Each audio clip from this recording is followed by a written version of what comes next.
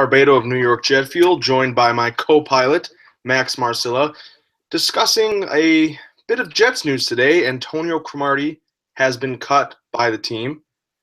He spent 5 years with New York, and this was his second stint with Gang Green. 29 tackles, 12 passes defended, no interceptions for Cromartie. That was the first time since his rookie season in 2006 that he did not record an interception. It was overall an abysmal year for Cromartie. He started 15 games but didn't look very good in many of them. He actually finished ranked 86th out of 111 qualified cornerbacks by Pro Football Focus. So this move doesn't really come as much of a surprise. It saves the Jets $8 million in much-needed salary cap space, and this was just a move that I think a lot of people saw coming. So Max, to just briefly discuss this decision by GM Mike Maccagnan, do you agree with the decision or disagree with the decision to cut Cromartie? I think it's hard to disagree with the decision because, I think Cromartie got better as the year went along, and really, the end of the year wasn't so bad. At the beginning, he was getting beat pretty consistently, but as the year went on, we heard his name less and less, which, as you know, for a cornerback is good. But you can't argue with the decision. I mean, he's getting paid $8 million, which would have been the 14th highest paid cornerback, and as you said, he was way lower than 14th on that Pro Football Focus rating. So it's a lot of money. And I don't think the Jets could have invested that in a cornerback that had such an up and down, inconsistent, and overall poor season. So I don't think anyone can argue with cutting Cromartie. Right, and you look at the 12 passes defended and you go, oh, that's a pretty good stat. Well, you look at the Jets' defense, not many teams were picking on Darrelle Revis opposite of him. So when you get thrown at a lot, you're gonna defend a couple passes and deflect a couple along the way. So that really explains the 12 pass defenses this year. It was just a bad year for Cromartie. I think Jets fans expected him to have a little bit more in the tank, but he also was dealing with some injury problems during the year, and it just never worked out. And kudos to Mike Maccagnan for pretty much giving Cromartie a trial year in his second stint with the Jets, because now the Jets can get $8 million back in salary cap space, and they don't owe Cromartie anything.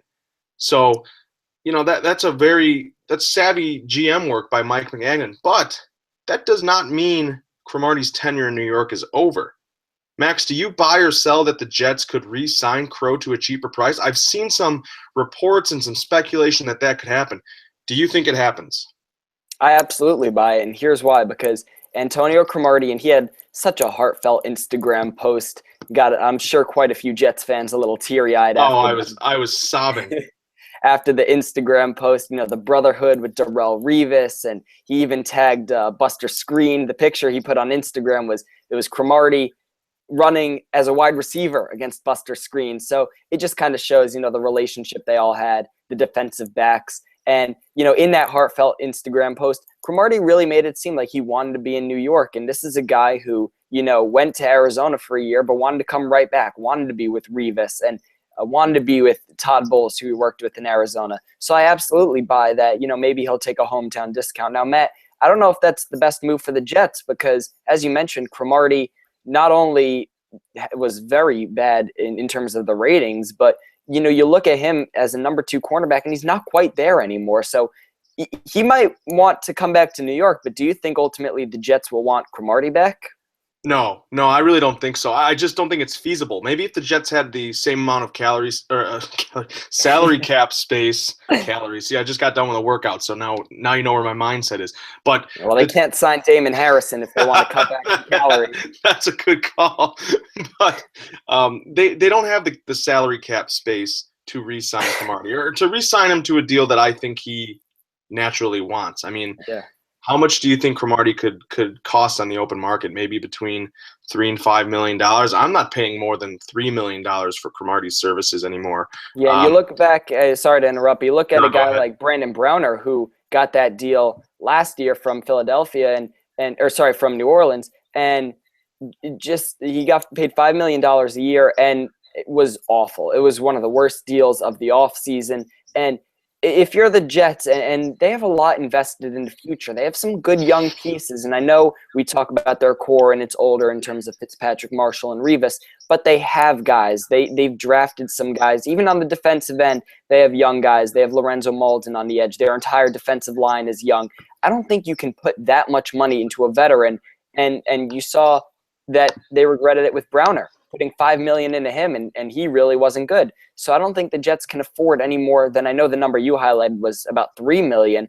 If the Jets can get Cromartie for $3 million, take it in a second, because that's a good veteran depth corner, especially since he has a relationship with the team.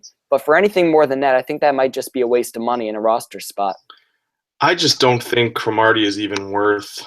Even if you can get him for $3 million, I don't think he's worth it. And I think the Jets might have a guy waiting in the wings to take Cromartie's spot, and that would be Marcus Williams. Williams finished the season with, I believe, a team high 6 interceptions, which tied for team high. When you look at, if you were putting a prop bet on who would lead the Jets in interceptions this year, I don't think Marcus Williams would have even been on the list. He was just a ball magnet, and it kind of goes back to your point about, people want to stay away from Revis Island, and you can talk about how there is no more island. You still don't want to throw it to Revis's side. So the ball would always seem to find, Williams and Cromartie, and Williams was just a ball magnet. So, Matt, do you think that he can step in as the number 2 corner next year? I think he showed some signs. I think he showed that he can play in the number 2 corner, because he was often thrown into the fire quite a bit last season. He wasn't just subbing in nickel or dime packages all the time. He was playing on the outside when Cromartie was struggling. And when Revis was dealing with injuries, he was forced to play on the outside, and he held his own. I don't know what the exact Pro Football Focus rankings were, but when you lead the team in interceptions, yes, part of that's just, taking advantage of opportunities with the passes being thrown to you, but you still got to be able to make the play in coverage. So I do think Marcus Williams could step up and be a nice, cheap number 2 cornerback option for the Jets. Absolutely. And you look at the Jets, they want to get younger, they want to get quicker. Well, replacing Cromartie with a guy like Marcus Williams, that's one way to do those things. And another guy that I think is going under the radar is Darren Walls. I mean, he only played, I want to say, about 100 snaps last year, so really he didn't play too much. But when he did, he was pretty good. He was no ball magnet like Marcus Williams, and he wasn't Revis Island for sure. But that's another good young depth corner. And the Jets also have Dexter McDougal, so they don't really know what they're going to get out of him. But, more options. That's more depth. And, you look at the Jets, and maybe they opt to go. They don't have a 6th-round pick, but maybe they opt to go with a corner with their 5th or 7th-round pick. Maybe they go for a guy in free agency, but I think the Jets would be just fine with a trio of Revis, Marcus Williams, and Buster Skrine. Yeah, and also Darren Walls is a free agent this year, so we don't know what his future with the team is. But Dex McDougal's another guy who the Jets, I think, expected more from. And another guy you didn't even mention was their first-round pick in, 2013, D. Milner. He is just not panned out to this point, and I think if the Jets can get something out of him in a depth role, that would just be some sort of progress in the cornerback department, because you need more depth now than ever in the NFL in your cornerback unit. You need not just 2 guys who can shut down opposing receivers. You need probably 3 or 4 who can, hold their own against top NFL wide receiving talent. So I think the Jets certainly get younger if they bring in Marcus Williams, and I think they're also anticipating a boost from Dex McDougal and D. Milner in some, fashion. Isn't it crazy to think, real quick, Matt, isn't it crazy to think that D. Milner won the AFC Defensive Rookie of the Year, or Rookie of the Month in December? I mean, just think about that. Yeah. And between the injuries he's gone through, he had no role on last year's team. We'll see about him this year. It'll be interesting. I think that'll be his last chance this year in training camp. We'll kind of get to see D. Milner's future. It certainly might be. And you know what? The key for D. Milner, and probably Dex McDougal too, is just stay healthy.